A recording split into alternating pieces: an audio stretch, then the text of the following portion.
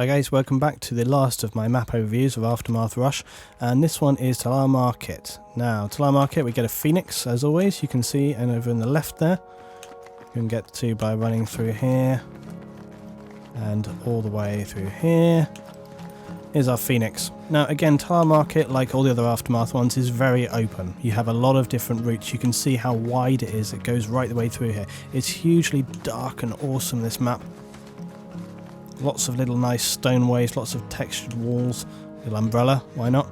And again, the B is very, very close to the start of the base. The key to this one, the MCOMs are actually very close to the attackers, but they're wide. So that's really the difference in this base. Unlike most maps where you have to travel a lot of distance, but then it's kind of longitudinal, this one's kind of a horizontal one. So you can see they're very close. In fact, all there is this road. This road is the only kind of stopgap between the defenders and the attackers. So to get to B, it's very, very easy. It's down below in this building right here. There we go. It's in this little position here. Let's get in, arm that. And as I say, Talah is very much, we're in a kind of mountainous area, you can see. So there's all these kind of rocks and mountainous things. But look how far up we can go. We can go right the way up here. If you can destroy that water container. Hey! Who said they couldn't do water effects? Looks like my Chulishiman Dam would be perfect. They could do loads of... Look at that. Look, they got water. Look at this, we got water. This could be Look, it's made the ground wet and everything. This could be Chulishiman Dam all over. Maybe that's a bit of a small scale. Anyway, look how far we can flank around on this one. Gorgeous trees, I have to say. So pushing on further down, we've got some... Well, look, I'm not quite sure what those things are in the distance over there. Looks like pipeline works or something. Anyway, so going down into the town itself, and the thing with Talah, it's really like an old town. That's the difference between that and some of the newer buildings. There's a lot of this old stonework, old buildings. But again, it's very, very condensed. As I've said on another video, it's very claustrophobic. Lots of little positions. I can find that the firefighting in Talah is brutal. It tends to be really, really intense. Now, a key point for defenders and attackers to note is this little position here. A lot of my guys call it the Overwatch, and as you may imagine, it's an Overwatch. Look at the light, nice light streams running down through here.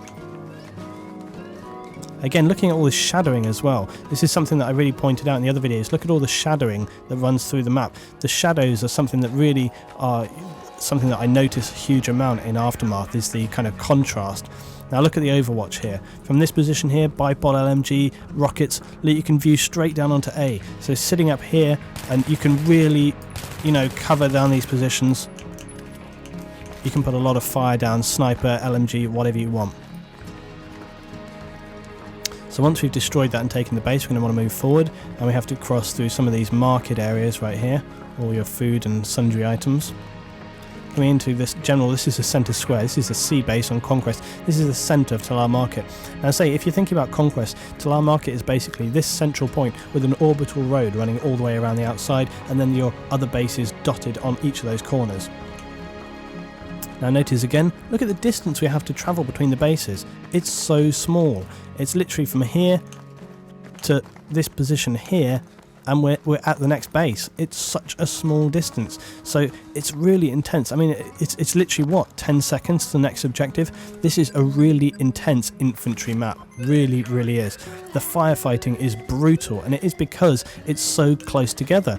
The bases are so close together. I mean, look, we've only got to this next base and we're only 4 minutes onto this video. It's ridiculous. 2 bases in 4 minutes. It's so fast. It's like having Rush on close quarters, this map. It really is. And I would say that Talah, its scale is that of a normal battlefield map, but its gameplay and layout is very much kind of close quarters apart. And here we are, look, here's the Orbital Road, which runs all the way around. This would be the B Conquest base. So again, as attackers, you have a huge amount of routes to come in to flank and attack the enemy. You have so many positions to go through, but again, look at the difference between the light and the dark. It really does affect this whole map. The light is really key on this map. Okay, so now we're coming up to the last one, and again, check the distance when we move forward. But moving forward, We've got more of these typical market buildings, lots of little shrubberies and trees. It's really nice the way this whole map is laid out. It has a lot of objects, this map. It's got a lot of textures and ruins, and that's really, these things are one to watch out for. You get these little shacks. There's another one over here, see right there. These little shacks can be a little bit tricksy because you can step in them like this, like a really nice little one for hiding and picking people off with. Okay, so moving forward now onto the final base. And again, very, very short distance. Slightly further, but really not very much. Again, we've got B right out in the street, A just up there. And we've got more of these market streets going around here. Okay, so you can flank, move around, attack from a different position coming up here. There's so many different ways that you can go on these. So as defenders, you've really got your work cut out to prevent people from flanking you, because this, as I say, this map as a rush map is very horizontal. Imagine sort of 3 straight lines going along. That's what you've got, and it's all about controlling them. So I think the best possible option is to really set up your defense in a kind of arc as such. What you really want is a couple of people like this kind of covering one. So you want maybe 2-3 people here, and you know, obviously imagine this for all the bases. You want to have sort of 2-3 people, then you want to have your main sort of force kind of in the center area, and then you probably want like another 2-3 people down at the other end. So you want to, and again, it's not very difficult. You know, you can set up like this very easily. Imagine you have a bipod LMG on here, nobody's going to get past you. So it's very, very easy to control. Again, for the defending position, the main defending position, probably what you want is, again, my sort of 2-stage buffer system. So you probably want to have like 1 or 2 people, bipod LMG, okay? Bipod LMG, got 2 guys, they're your back positions, and then everyone else probably wants to fight up to around here. You want to really push forward, you want to be in this area, you want to be laying the fire down on them, you know, you want to be stopping them from coming through here, you really want to be pushing forward, getting in the mix, and even getting upside into these buildings here so that you can cover. We've got these destructible things on the roof.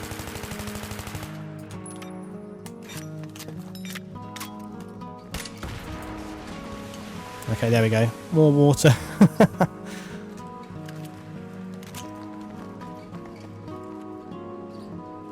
So you really want to be controlling this area here. Getting up onto this roof can be a really key thing for the defenders, provided you've got some other people covering the areas. But having at least 1 or 2 people up here is great, because you can cover these routes in here, you can cover these routes in here, okay? So you can really control the routes that are entering into this base. You can have people up here, stop them from flanking around.